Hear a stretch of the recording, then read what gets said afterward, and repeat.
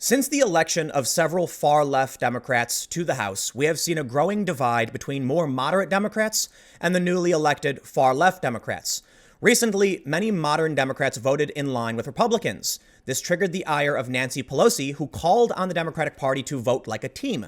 Alexandria Ocasio-Cortez took it one step further, threatening to put these Democrats on a list of people to primary. And what that means is she will oppose them in their next election. It's important to note that Ocasio-Cortez didn't get elected by conventional means. She used this technique called primarying, where they realized certain districts will only ever vote Democrat, so they need only win a primary. That means Cortez effectively got elected in a district of around 750,000 people with only 15,000 votes. It's also important to note that Ocasio-Cortez has defied the Democrats on several occasions as well. It would seem that she's trying to flex her muscle and stop any bipartisanship, which could lead to disastrous consequences for this country. Today, let's take a look at the latest news and several examples of the far-left Democrats defying the Democratic Party and how this could be bad for us as a country. But before we get started, make sure you follow us over at Minds, at minds.com/subverse, where we're setting up a distributed newsroom and need you to get involved to help fact check, share stories that you think aren't getting enough coverage, and just engage. Share your thoughts on certain stories. If you want to support these videos, just share them to help spread the message. Our first story from Fox News. Ocasio-Cortez warns of list for moderate Democrats who vote with Republicans, according to a report. After more than 24 moderate Democrats broke from their party's progressive wing and sided with Republicans on a legislative amendment Wednesday, New York Democratic Rep. Ocasio-Cortez reportedly sounded the alarm in a closed-door meeting Thursday and said those Democrats were putting themselves on a list. The legislation that prompted the infighting was a bill that would expand federal background checks for gun purchases, the Washington Post reported. But a key provision requiring U.S. Immigration and Customs Enforcement to be notified if illegal immigrants attempt to purchase guns saw 26 moderate Democrats side with Republicans. According to the Post, House Speaker Nancy Pelosi scolded her wayward center-leaning colleagues, telling them, "We are either a team or we are not, and we have to make that decision." But Ocasio-Cortez reportedly took it a step further. She said she would help progressive activists unseat those moderates in their districts in the 2020 elections, the report said. Her spokesman, Corbin Trent, told the newspaper that she made the list comment during the meeting. She said that when activists asked her why she had to vote for a gun safety bill that also further empowers an agency that forcibly injects kids with psychotropic drugs, they're going to want a list of names and she's going to give it to them, Trent said, referring to ICE. Ocasio-Cortez has vehemently denounced ICE since bursting onto the political stage, but has also raised concerns among fellow Democrats that she's picking fights with her own party. "I'm sure Miss Cortez means well, but there's almost an outstanding rule: don't attack your own people," Rep. Emanuel Cleaver told Politico earlier this year. "We just don't need sniping in our Democratic caucus." The concept of primarying, it's really interesting. I view it as a sort of exploit. Certain districts in our country only ever vote in one direction. In fact, my understanding is that Ocasio-Cortez's district was something like D plus 28 or plus 30, meaning that typically they poll 30 points in favor of the Democrats. They knew, brand new Congress, Justice Democrats, the organizations she was working with, that she only had to win a primary, and voter turnout for primaries is usually very, very low. It's an unorthodox method of winning. But after she won the primary, meaning the nomination from the Democrats, she started going around saying that she was elected to Congress because they knew it.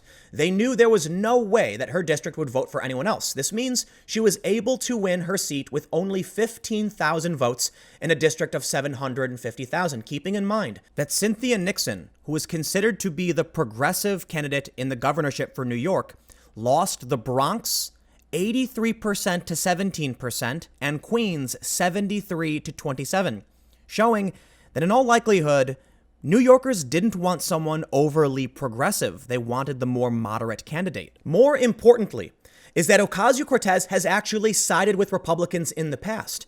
It's interesting that she is now threatening moderate Democrats when she herself has actually sided with Republicans as well. From January 24th, Ocasio-Cortez sides with GOP in opposing Democratic bill to end shutdown, citing ICE funding. The story here is actually fairly simple. It's not that Ocasio-Cortez sided with Republicans because she agreed on why they were voting no. The Republicans wanted funding for the border wall, and Ocasio-Cortez didn't want funding for ICE. That only put her in a line with Republicans very loosely, not that she actually agrees with their policy position. But if the issue is the Democrats aren't getting in line, well then Ocasio-Cortez, once again, she defied the Democrats and voted against a bipartisan bill along with other far-left members of the House. In a story from the 14th of February, Ocasio-Cortez, other progressive freshman to oppose border bill. The story says that Cortez and 3 other progressive Democrats said Thursday they will vote against the bipartisan border deal because of its increased funding for the Department of Homeland Security. They note that Ilhan Omar, Rashida Tlaib, Ayanna Pressley, who along with Ocasio-Cortez have electrified the progressive wing of the Democratic base, said they are opposed to giving more money to ICE agencies like Immigration and Customs Enforcement and Customs and Border Protection. Cortez has not only opposed the Democrats, but she is particularly opposed to bipartisanship. In the past, that story we just read, she opposed a bipartisan effort on the border deal. Recently, she's threatening to put Democrats on a list for bipartisan behavior. In this instance, it was around 26 Democrats, so not a majority of the Democratic Party. But it seems like Ocasio-Cortez is more interested in winning her tribal fight than actually pushing forward policies which could benefit the left or the Democrats. The Washington Post has the original story citing Ocasio-Cortez's list. They say, triggering the blowup were Wednesday's votes on a bill to expand federal background checks for gun purchases. 26 moderate Democrats joined Republicans in amending the legislation, adding a provision requiring that ICE be notified if an illegal immigrant seeks to purchase a gun. This I found really strange. You would think the Democrats would be in favor of expanding background checks for gun purchases. But because they would notify ICE, Ocasio-Cortez has actually opposed expanding gun control measures, which to me is confusing because the Democrats are in favor of gun control and expanding background checks. I'm actually impressed that 26 Democrats were willing to vote alongside Republicans for this issue. And it's actually worrying to me that Ocasio-Cortez has repeatedly threatened bipartisan efforts. These are issues that could actually bring both parties together and mend the divide, which is something we desperately need. We need politicians who are willing to figure out that middle ground so that we can actually solve some of our problems. But it would seem like Ocasio-Cortez's stance is my way or the highway. Do it like this or else.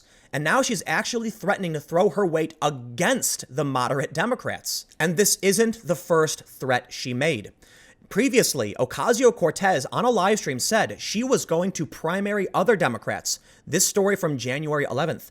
Progressive group backed by Ocasio-Cortez sets sights on first Democratic target in 2020. The story says the grassroots group Justice Democrats unveiled plans on Friday to target Rep. Henry Cuellar in the 2020 congressional primaries, dealing an opening salvo in its offensive to expand the slate of progressive Democrats in the House. Cuellar, a 7-term congressman, represents one of the few safe Democratic districts in the deep red Texas. He's a member of the centrist New Democrat Coalition and Blue Dog Coalition. This is where we see this tactic in effect. A safe district. Target the moderate, someone who's willing to work with Republicans, who can represent people who are moderately Democrat, and force a replacement. Because this district is widely expected to only vote Democrat, they can put someone in who is very, very far left, even if they're at odds with Democrats. The majority of Democrats, according to Gallup and Pew, as I've cited numerous times, want more moderate policy. This, in my opinion, is another example of an exploit to force people to choose between Republicans or the far left. At some point, people will break down and start voting for conservatives. Ocasio-Cortez is not going to leave this fight unscathed, however. It was reported previously that Democrats are floating the idea of a primary challenge for Ocasio-Cortez herself. And this is where we can see the breakdown.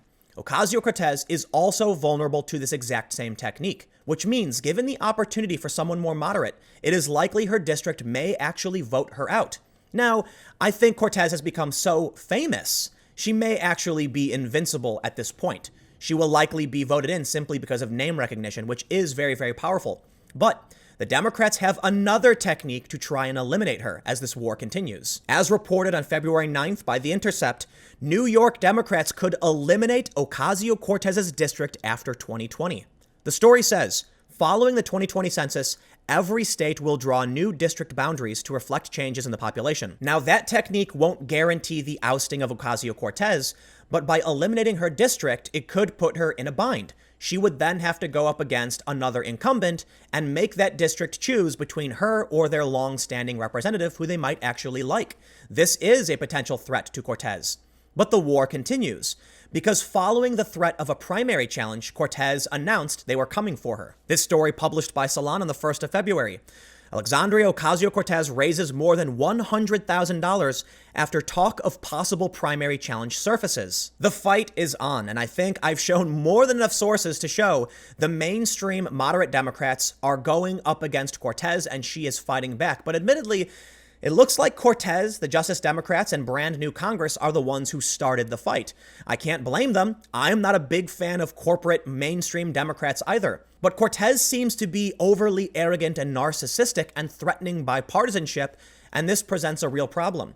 In my opinion, we do need fresh faces. The Democratic Party needs a change, and what we need is someone willing to be bipartisan, rational, and moderate, and not overwhelmingly representing corporate interests. By all means, you can oppose special interests and foreign war, but it doesn't mean you have to push fringe far-left policies and threaten other Democrats with this exploit. Now, I don't know how this is going to end. It may be possible that the mainstream Democrats win because, in my opinion, we saw they were willing to cheat in 2016 and oust Bernie Sanders. I fully expect them to do the exact same thing moving into 2020, and I'm willing to bet Cory Booker or Kamala Harris takes the nomination, even though Bernie Sanders is considered to be one of the favorites.